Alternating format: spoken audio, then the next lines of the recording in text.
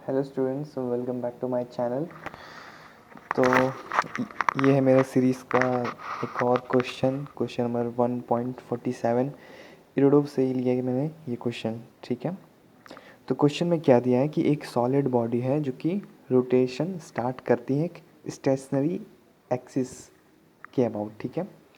और angular acceleration का value क्या दिया है, beta equal to A T, एक कांस्टेंट है, ओके। क्वेश्चन में पूछा क्या गया है कि रोटेशन के जब स्टार्ट हुआ उसके कितने देर के बाद जो टोटल एक्सेलरेशन है, ठीक है, ये टोटल एक्सेलरेशन बोला है। टोटल एक्सेलरेशन का वेक्टर जो है वो अल्फा इक्वल्स टू 60 डिग्री बनाता है वेलोसिटी वेक्टर से, ठीक है। मतलब कोई भी उस बॉडी का कोई भी आर्बिट्री पॉइंट हम अगर लेते हैं और उसका टोटल एक्सेलरेशन का वेक्टर और उसका वेलोसिटी वेक्टर के बीच में एंगल निकालते तो वो 60 डिग्री होगा। मान लो कि वो बॉडी कुछ इस तरीके से है, ठीक है।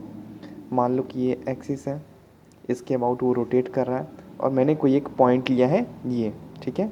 और ये मान लो इस तरीके से रोटेट करा इस तरीके से, ठीक है।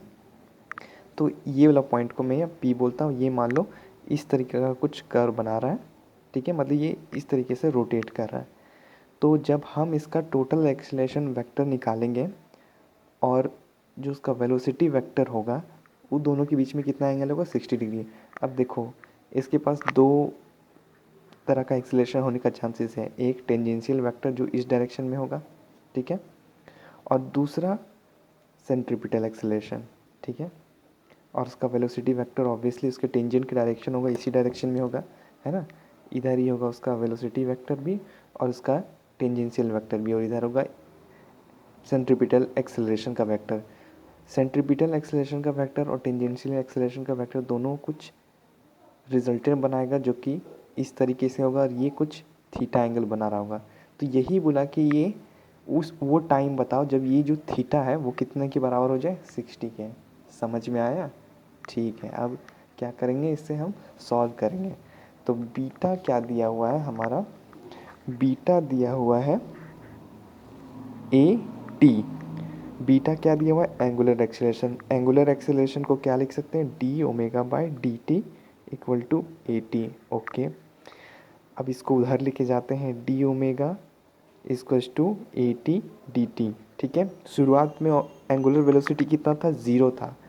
और मान लेते हैं कि हम कहाँ से कहाँ तक इंटीग्रेट करें, शुरू से लेकर वो टाइम तक जब ये जो थीटा है वो क्या बन जाता है, 60, ठीक है। तो हमारा ओमेगा क्या आ गया, हमारा ओमेगा आ गया ए टी स्क्वायर बाय 2, ठीक है। अब देखो, अब अगर हमको ये सेंट्रीपिटल एक्सेलरेशन निकालना है तो वो किसके बराबर होगा, वो होगा ओमेगा स्क्वायर आर। अब बोलोगे आर क्या है, देखो ये मान लो ये पॉइंट है और ये पॉइंट आर डिस्टेंस है तुम्हारा एक्सिस है, तो ये होगा तुम्हारा आर। समझ में आया? ठीक है। हम लोग तो ये पढ़े हैं ना कि जो भी तुम्हारा सेंट्रीपिटल एक्सेलरेशन होता है वो किसके बराबर होता है, ओमेगा स्क्वायर आर के बराबर होता है, ठीक है। और उसमें आर हम लोग किसको लेते हैं, जो भी एक्सिस होता है वहाँ से लेकर उस पॉइंट तक का डिस्टेंस, तो मैंने यहाँ भी वही लिया। तो omega square r equal to क्या होगा, centripetal acceleration. Omega square r क्या होगा, a square t to the power 4/4 equal to, ये कितना हो गया, सेंट्रीपिटल एक्सेलरेशन। अब टेंजेंशियल एक्सेलरेशन के लिए हम लोग क्या करते हैं, टेंजेंशियल एक्सेलरेशन होता है तुम्हारा, क्या होता है, A T equals to alpha R, ठीक है, अल्फ़ा इंटू आर, ठीक है।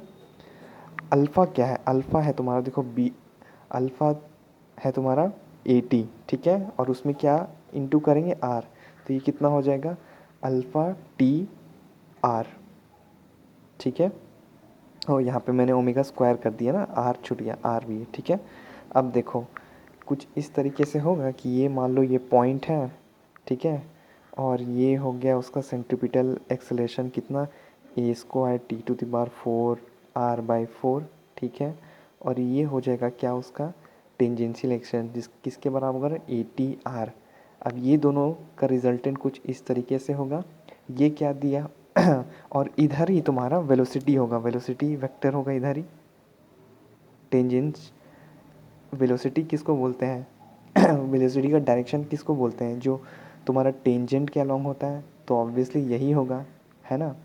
इस यहाँ मैंने बताया ना कि यहाँ देखो यहाँ पे ये इस कर्व को ट्रेस कर रहा है, तो यहाँ पे जो टेंजेंट होगा वो किसका डायरेक्शन रिप्रेजेंट करेगा, वेलोसिटी का और टेंजेंशियल एक्सेलरेशन का, दोनों का। ठीक है, तो ये एंगल किसके बराबर दिया हुआ है, 60 डिग्री का। अब देखो आराम से निकल जाएगा, नहीं निकल जाएगा आराम से। तुम्हारा ये 60 डिग्री किसके बराबर हो रहा है, ये हम लोग लिख सकते हैं। देखो यहाँ से वेक्टर में तुम लोग पढ़ा होगा, तो ये हो गया 1060 किसके बराबर हो जाएगा, ये डिवाइडेड बाय ये होगा। ऑब्वियसली इसको हम लोग यहाँ पे ला सकते हैं, ये ऐसे भी तुम लोग समझ ही रहा होगा यहाँ पे, है ना, कंपोनेंट मेथड से। तो 1060 किसके बराबर हो जाएगा, a square t to the power 4 r by 4 by a t r, r से आर कैंसिल हो जाएगा। तो कितना आ जाएगा तुम्हारा 1060, 1060 किसके बराबर है, √3 के। ये तुम्हारा किसके बराबर आ गया, ए टी क्यूब बाय 4। ठीक है, अब ए का वैल्यू पुट कर दो, तो 4√3 by A equal to T cube, और टी का वैल्यू क्या आ गया, 4√3 बाय ए का पावर 1/3। यहाँ पे ए का वैल्यू पुट कर देंगे तो हमारा वो टाइम आ जाएगा, कब का टाइम, जब ये तुम्हारा टोटल एक्सेलरेशन का वेक्टर किसके, वेलोसिटी वेक्टर से 60 डिग्री पे रहेगा। ठीक है, आई थिंक आप लोगों ने अगर वीडियो अच्छा से देखा होगा और आप लोग को वेक्टर को थोड़ा भी समझ होगा तो आपको आराम से ये क्वेश्चन समझ में आएगा। और अगर किसी को डाउट है तो कमेंट सेक्शन में लिखिए, मैं उस चीज़ के पर्टिकुलर वीडियो थ्योरीज जो भी होगा मैं वो बनाने की कोशिश करूँगा। तब तक के लिए थैंक्स।